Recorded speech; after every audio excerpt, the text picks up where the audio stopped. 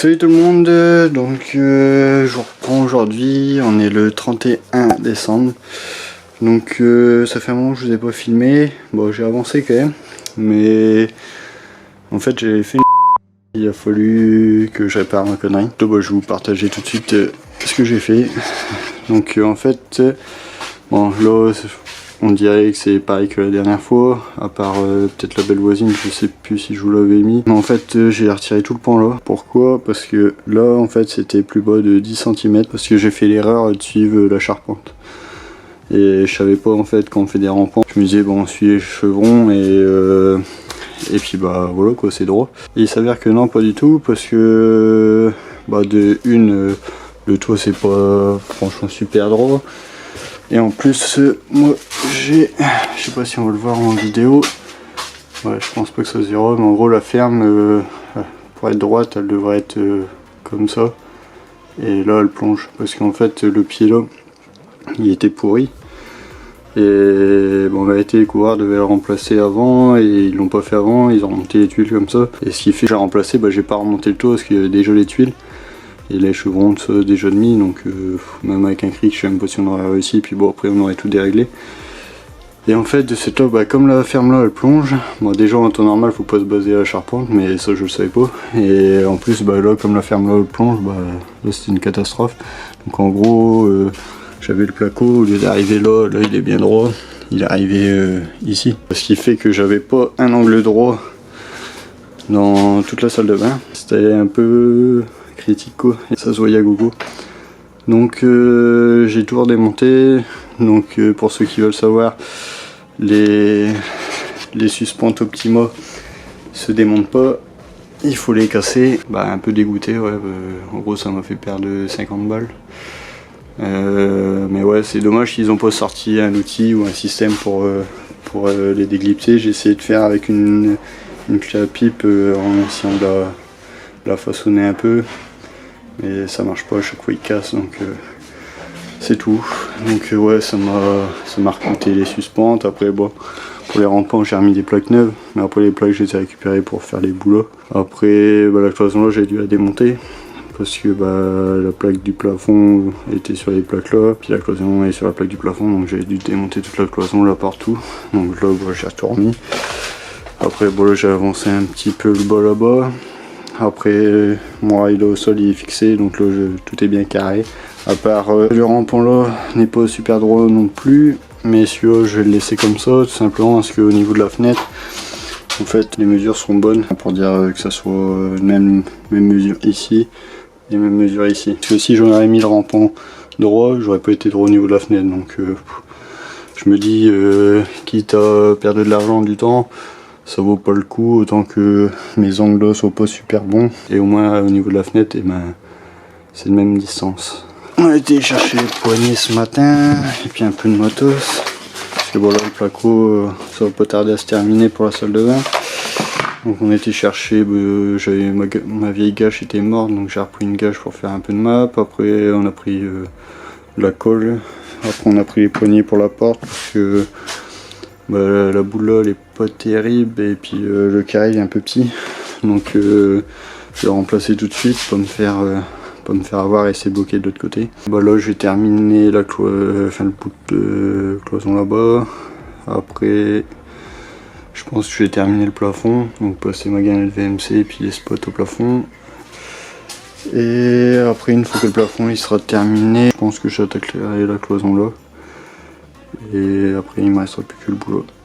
Et en placo il me restera plus que le rangement là à faire. Le retour pour la douche qui sera ici.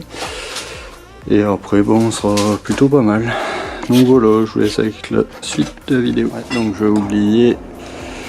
Voilà les belles voisines finies, ce que ça donne. Donc ils sont tout en ardoise. Parce que bah, je voulais pas laisser les bois apparents, parce qu'après c'est toujours de l'entretien, donc là j'ai juste les bastins qui sortent un peu, qu'il faudra que je vernisse. Mais sinon j'aurais pas un gros entretien dessus. Parce que si j'aurais laissé les poteaux ici autour en bois, ça aurait été un entretien on va dire quasi annuel à revernir tout ça, et personnellement c'est pas vraiment mon délire. Donc voilà, un minimum d'entretien.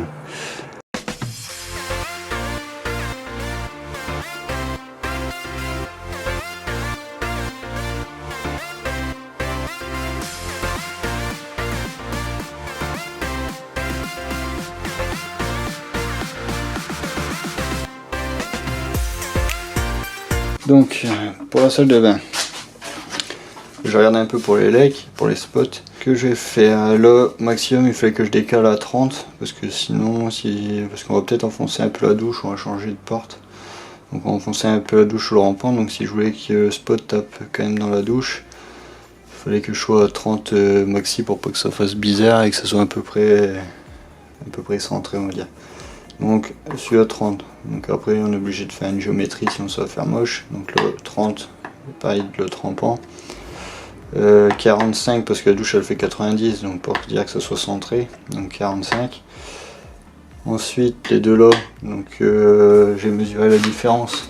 Là on a 153,5, là on a 163,5, on a 10 cm d'écart entre le spot là et la cloison et le spot là et la cloison. Donc là je peux me permettre de reprendre 10 cm. Bon, ce sera pas, là il y aura que 45, là il y aura 55. Mais comme ça, l'espace entre lui, ça sera le même et ces spots là seront alignés. Et voilà, donc je pense que ça sera pas mal. Après ça fait quand même 7 spots dans une salle de bain, mais dans une salle de bain c'est bien de voir bien clair. Donc il n'y en a jamais assez. Donc voilà, je me suis fait un petit truc vite fait, c'est du tuyau de... je dirais que c'est moins du 140. Et je me suis fait ça en fait parce que...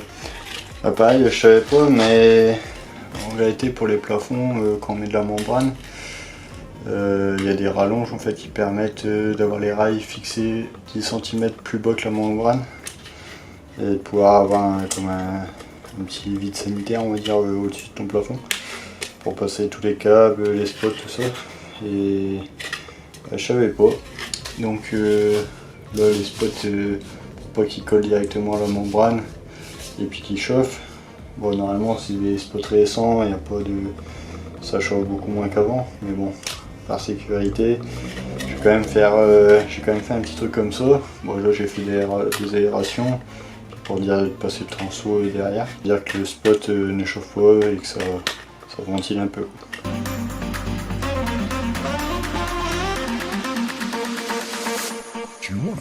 Donc voilà, ça donne ça. Comme on voit en fait, ça va écarter la membrane.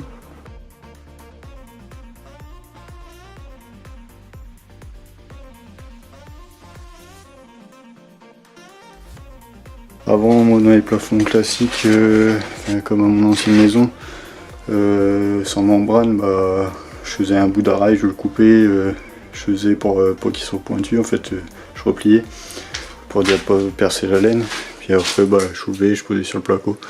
Et puis voilà, mais bon là avec la membrane, c'est différent. Et puis j'avais peur avec un rail à placo que ça perce la membrane. Donc voilà, il faut trouver des astuces.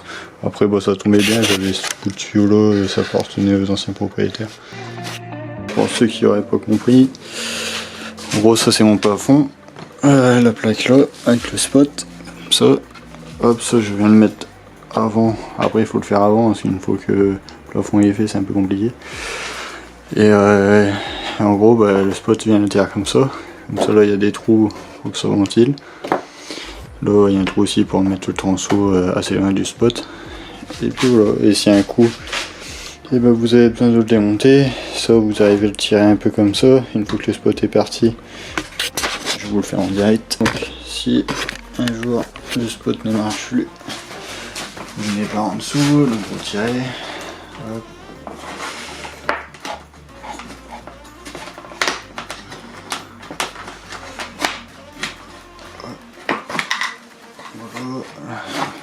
Voilà. Vous tirez dessus, vous tirez dessus, vous tirez dessus. Là, ça va bloquer au niveau du transeau. Ça va bouger. En plus, vous arrivez à bouger avec vos dos, au pire, comme ça. Hop, vous retirez le transeau, vous rattrapez ça. Vous pouvez le remettre en place sera le prochain. Salut tout le monde, donc je reprends là. J'ai juste repassé la gaine de VMC en plus. J'ai pas pu la mettre au bout parce que avec la membrane je suis trop serré. Donc je l'ai mis à cet endroit. Donc en fait la douche elle va arriver au niveau du trait là. Comme ça. Elle sera dans la douche et puis en même temps je ferai VMC pour la salle de bain aussi. Après il y en a qui disent qu'il faut pas la mettre dans la douche, il y en a qui disent qu'il faut mieux la mettre dans la douche. Après moi on m'a conseillé de le mettre dans la douche parce que en plus j'ai pas trop chaud. Donc ça m'arrange bien qu'elle se joue. Et après c'est bête, j'aurais bien aimé la mettre sur le bout mais on peut pas, enfin, j'y arrive pas. Donc voilà.